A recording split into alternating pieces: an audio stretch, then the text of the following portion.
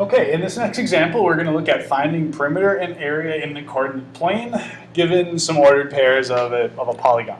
Okay, so it says draw and classify the polygon with vertices E, F, G, H, and then find the perimeter and the area of the polygon. Okay, so let's get started by obviously just plotting the ordered pairs on the coordinate plane. All right, so E is 1, -1, -1. So I'll just go ahead and plot this here. I'll label it later. Okay, this next one is F is 2, -2. So about right here. Okay, then we have G, which is -1, -4. Okay, and then finally we have H, which is -4, -3.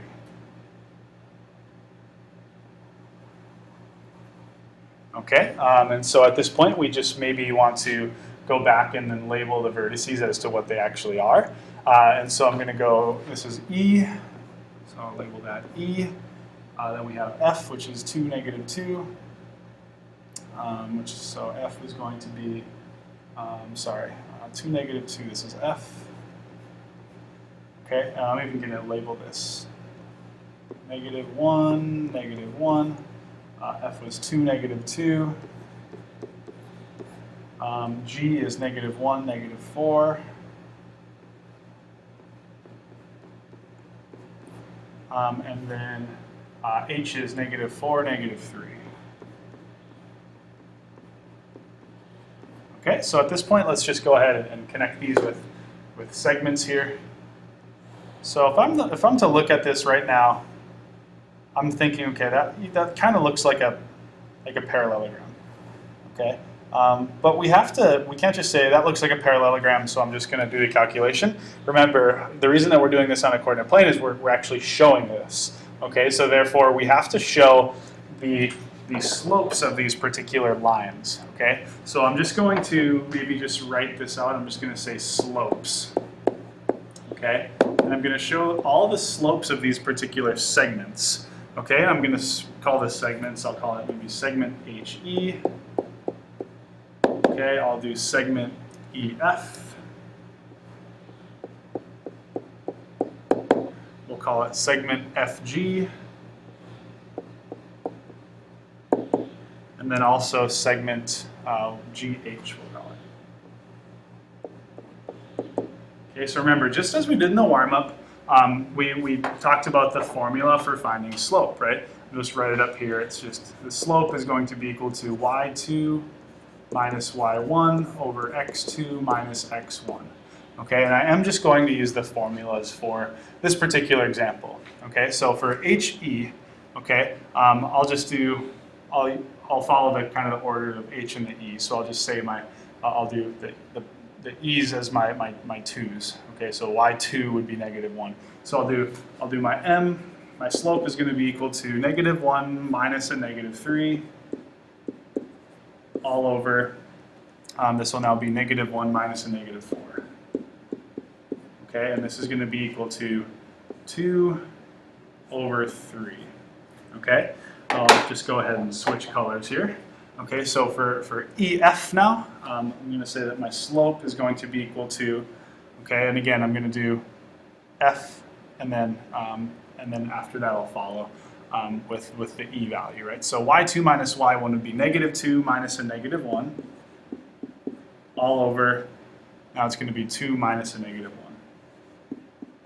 This is now going to give us, again, -2 plus 1 basically is going to give us -1. This will give us now 3.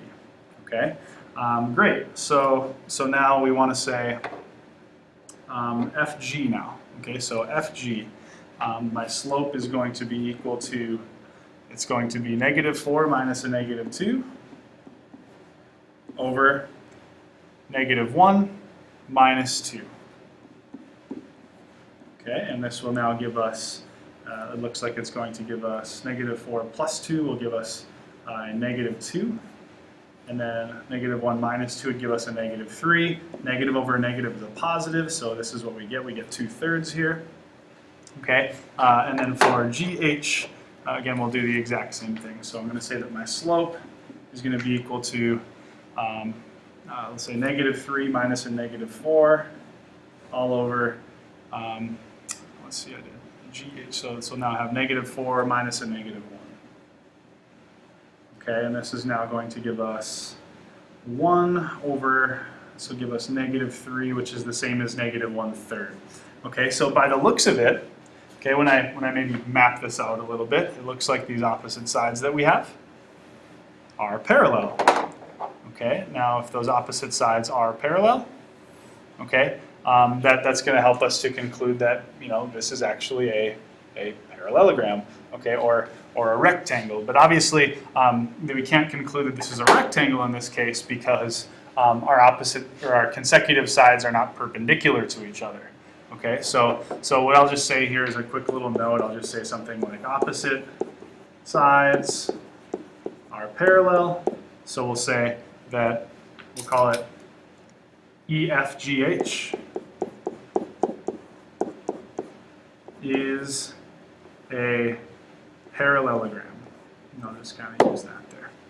Okay, so from here, we want to know the area and we want to know the perimeter. Okay, so I know this is kind of a long problem, but we can get through it.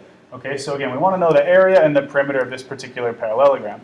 Okay, well, I have to know a couple things. I have to know exactly how long this green segment is, okay, and how long this blue segment is, okay? And so this makes this, you know, slightly tricky. Let's just use the distance formula to do that. Okay, so I'm just going to maybe make a separate little part here and just call this distance. Okay, so I'll call this distance. Okay, and I'm going to find the distance formula for the blue and for the red. Okay, so the distance formula here for, let's just call it EF. Okay, so I'm just going to say that EF is equal to the square root of, I'm going to say -2 minus a -1 squared plus 2 minus a -1 squared. Okay, so simplifying here, this is now going to give me -1 squared plus 3 squared.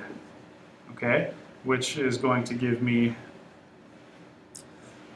this is now going to give me the square root of 1 plus 9, and this gives me radical 10.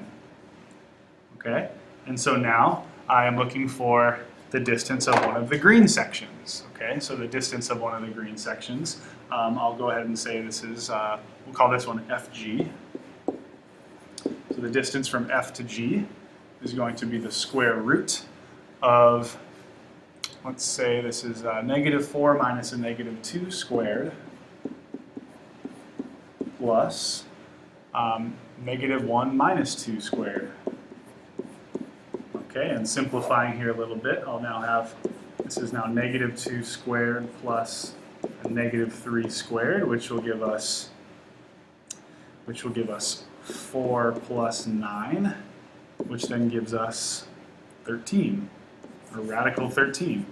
Okay, so now we're on the way to being able to find our perimeter. We got a little bit more to do to find our area. So let's go ahead and find our perimeter here. Okay, so I'll say that the perimeter, that's not how you spell perimeter, I apologize. The perimeter is going to be equal to 2 times the green side. So I'll just say 2 times radical 13 plus 2 times the blue side, which is radical 10. Okay, and because those radicals are not the exact same, we can't really simplify those anymore. And so our perimeter is just going to be equal to 2 rad 13 plus 2 times rad 10 units. We're not square units because we're not in perimeter. Okay, great. Okay, so now at this point we want to look at how can we actually find the area of this parallelogram, right? Because we don't, if we really rotated it, we kind of know the base, but we don't really know the height, and so we got to kind of figure out, you know, what's a good way to do this. Now, what I can do is I'll just maybe draw this line right here. Okay, and what I can do is just sort of divide this parallelogram into 2 triangles. Okay, and so that red one could be the base, and then my height could actually be right here for the triangle on the left. Okay, so the triangle on the left, let me tell you what I'm talking about. I'll outline it in yellow. So it could be, again, my base could be the red, my height could be that horizontal red line. Okay, and then my height of the other one could be here, right? It goes as high as possible. We know it's perpendicular. And so basically, I can write this down. I'm just going to backspace a couple here. Okay, so I'm going to say that my area now is going to be equal to 1/2 times base times height, right? So my area will be equal to 1/2 times the base. It's going to be that red line there. It looks like that's going to be 3 times the height here, which is perpendicular to my base, is also 3. So I'm going to write that as 3 as well. So 1/2 times 3 is just going to be 4.5. Okay, but there's actually two triangles that are exactly alike there. Okay, so if I did this whole calculation again with my other triangle, I'd say area equals 1/2 times that base of 3 times the height of, again, 3. So I get now that I have to add these two together, right? That's just the area addition postulate. And I'm just going to say that my area is equal to 9 units squared. Okay. Now I know this is a really, really long example. Okay, but I think it's an important one to consider as we go through this.